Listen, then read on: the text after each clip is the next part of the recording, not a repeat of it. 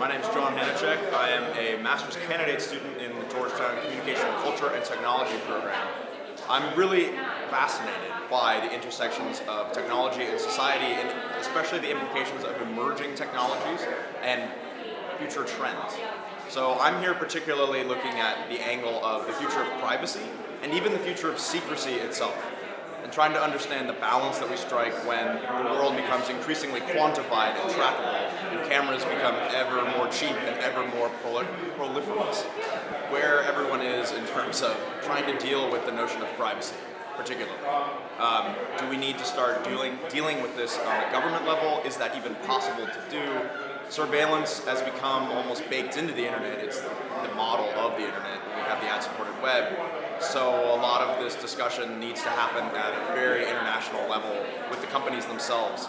And individuals need to start thinking really hard about how their data is handled and what their relationship is with these companies, but also with government. So there's a lot of intersections, and I'm glad that there's a lot of diverse opinions here, and looking to learn a lot. I'm not even quite sure what I'll learn yet. I particularly deal with digital technology in the general sense of enabling culture and enabling communication in new forms. So I do deal with tribes in the sense that, digital tribes it's an interesting idea, right? It's imbued almost everywhere. Any kind of social network is a digital tribe, but we see these convergences where there's also rallying identities that go on and can span multiple networks. So you might have any one particular tribe in a particular network, but that's unified by a broader concept or idea or ideology or shared interest.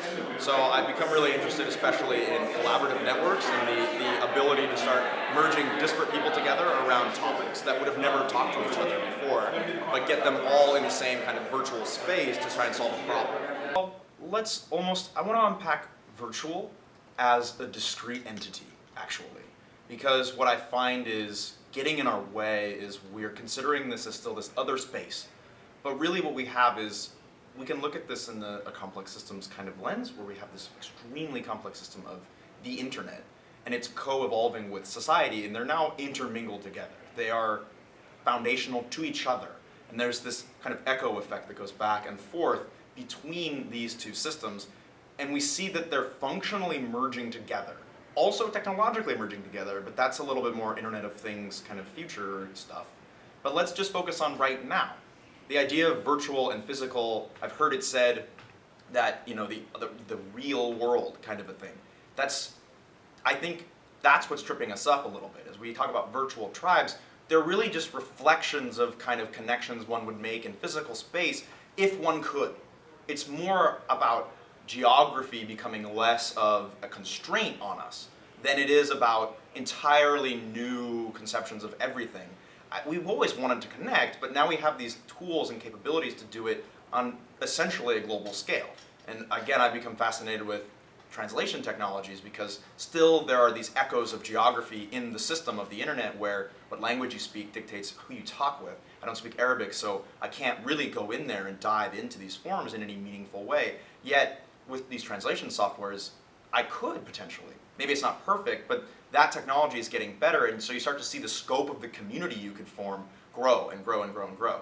And it was interesting to see the evolution of how the jihadist types of movements are working, and it really parallels, it's not unique to them, it parallels the whole internet. First we were in our silos, again, still kind of localized almost in a kind of website geography. And now we're seeing that there's these growing spaces where a Twitter, you might still have conversations within that are limited to your group, but someone else could come in and see that, and it's all, in a sense, open. And I think that's the relationship we need to start discussing, is that the internet has changed reality as we know it. Now we live in a kind of hybrid reality, right? It's not online, offline. They're together. It's one thing. So, and it works that way, and it will increasingly work that way, and those two systems are influencing each other. And they're changing the values of each. So we see that we're kind of imbuing the internet with our humanity. Like, you look at selfies, right? Everyone talks about this as, maybe they joke about it or whatever it is, but it's really, we're moving beyond even text. We want to send ourselves to the internet, to each other. We want to connect in a human way. We're humans using technology. We've always done this, and the tools we have today are limited, but the desire you can see is the same. We just are working on better tools. So I find this very notion of the virtual tribe a little problematic because it limits our conception. We really are talking about rallying identities. We're talking about just networks in general. There have always been networks of people, but now the size of them is so much larger, and the speed with which they can interoperate and how interconnected they are. That's really where we're getting at, is this interplay, right, between what the technology allows and our desires as humans.